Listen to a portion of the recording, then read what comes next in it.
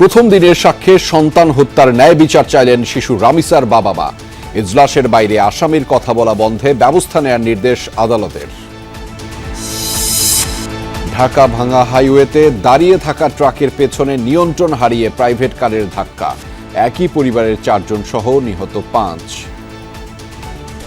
4 জন পরিবারের আর ড্রাইভার 1 জন, 5 জন মারা গেছে।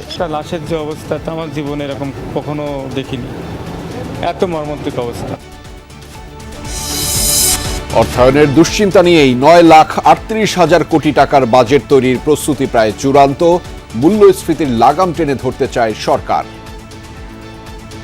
আমরা সবসময় বলেছি যে অর্থনীতির গণতন্ত্রায়ন, অর্থাৎ অর্থনীতিতে সবার অংশগ্রহণ। প্রবৃদ্ধি বাড়াতে সম্ভব হবে না, কারণ সাপ্লাই সাইডের প্রবলেমগুলো তো সংস্কার ছাড়া ঠিক হচ্ছে না।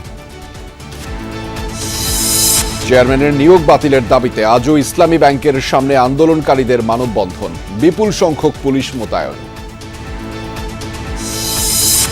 জঙ্গল সালিমপুরে এখনো সক্রিয় 2 সন্ত্রাসী গ্রুপ, প্রশাসনের অভিযানেও ধরা পড়েনি মূল হোতারা।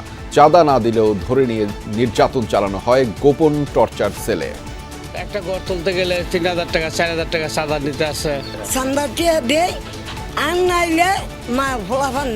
আপনারা যদি টাকা না দেন তাহলে ঘরের কাজ করতে দিব না, ঘর আমরা নিয়ে ফেলবো, আমরা বিক্রি করে ফেলবো, অনেক কিছু বলতেছে। লেবাননে তেল আবিবের হামলার জেরে যুক্তরাষ্ট্র ইরান আলোচনা ভেস্তে যাওয়ার শঙ্কা। নেতানিয়াহুকে ফোন করে মার্কিন প্রেসিডেন্ট ডোনাল্ড ট্রাম্পের গালাগাল। 2 দশক ধরে বিশ্বকাপ মঞ্চ কাঁপানো কয়েকজন মহাতারকার বিদায় হতে পারে এবারই। তালিকায় আছেন মেসি, রোনালদো, নেইমার।